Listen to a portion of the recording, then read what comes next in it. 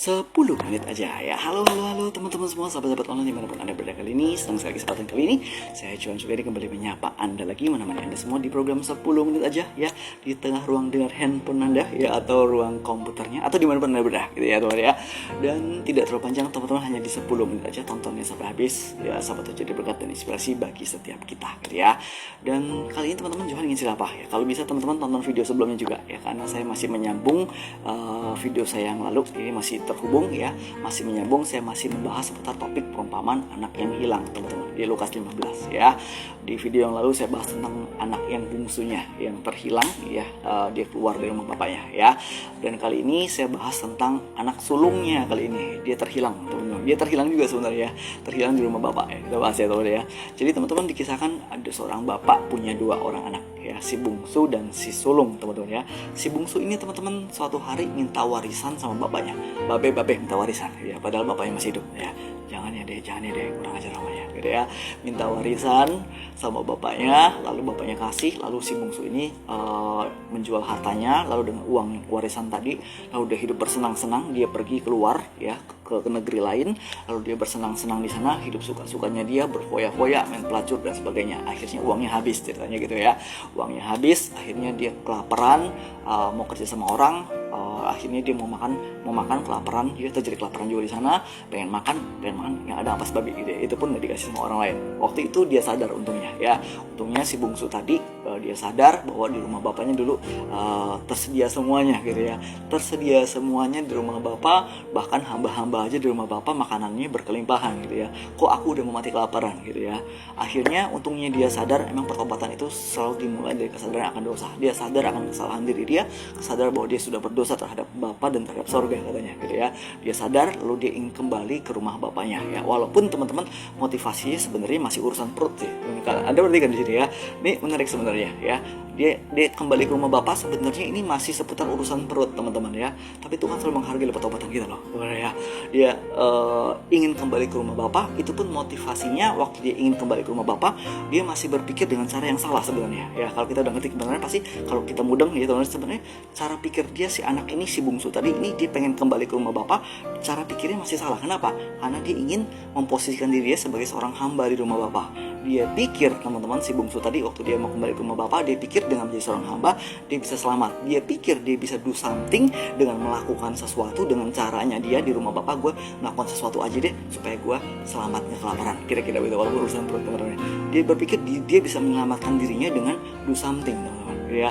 Tapi bapaknya tetap menghargai pertobatan si anak, rasa bersalah itu tetap dihargai. Anugerah Tuhan tetap turun teman-teman ya. Walaupun motivasi masih urusan perut, anugerah Tuhan tetap turun. Kapan? Waktu sang anak ingin kembali ke rumah bapaknya ya, sang bapak berlari. Bapaklah yang memulai duluan. Dia berlari lalu menyambut anak itu ya, menyambut dengan hangat, dirangkul, dicium teman-teman ya, lalu diajak ke rumah bapaknya. Diluruskan motivasinya ya, bukan seorang hamba, dikasih apa? Jubah seorang anak ya. Jubah, dikasih pakaian, baju ya, sebagai tanda identitas baru bahwa dia adalah anak lo sebenarnya ya. Waktu kita bertobat, kita punya identitas anak bapak teman-teman, ingat itu ya. Lalu juga kita diberikan cincin teman-teman sebagai tanda otoritas bapak, lalu juga dikasih sepatu ya sebagai tanda bahwa kita sekarang kita diberikan kesempatan untuk melayani Tuhan. Go gitu ya. Go karena kirinya bilang go gitu ya. Teman-teman, saya kemarin sempat cerita bahwa saya dikasih sepatu sama Tuhan ya. Mungkin buat Anda biasa sepatu, tapi buat saya itu pesan profetis Tuhan buat saya ya. Kayak Tuhan mau ngomong gini sama saya. Go. Kau butuh apa sih? Aku siapin. Aku bikin kau. Kau perlu apa nanti? Aku siapin semuanya. Kau punya masalah kendali belakang apa? Aku beresin semuanya. Go. Yang penting kau melekat dengan Bapa, kau taat kepada Bapa, kau melakukan kehendak Bapa, berjalan dalam hati dan panggilan Bapa. Aku beresin semuanya. Go. Aku kasih kamu sepatu. Go.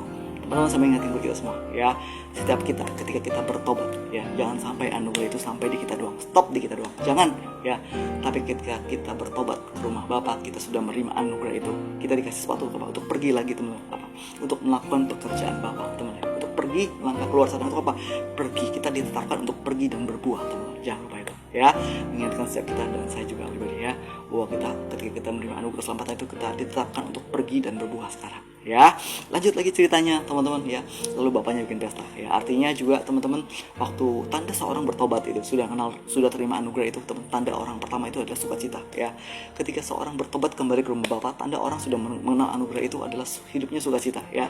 Kenapa? Karena dia ngerti bahwa dia sekarang sudah dipulihkan hubungannya dengan Bapa. Makanya ada sukacita ya.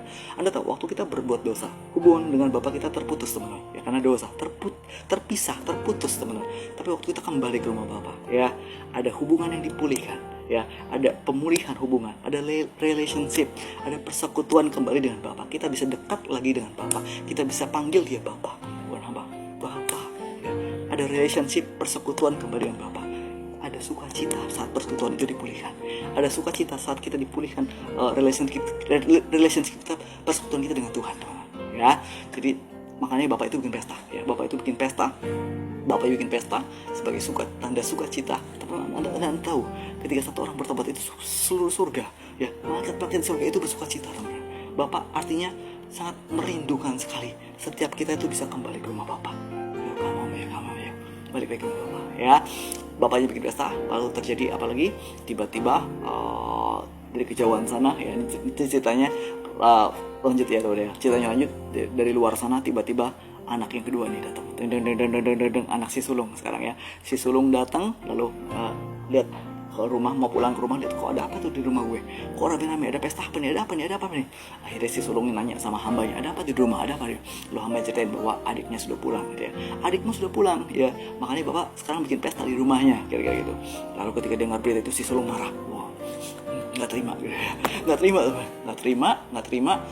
Nggak terima, adikku itu udah pulang ke rumah, lalu bapak bikin pesta buat dia kan udah kurang aja sama bapak, udah menghabiskan harta bapak, udah foya-foya, senang-senang main pelacur di luar sana, lalu dia balik ke rumah ini, lalu bapak bikin pesta buat dia. Nggak terima.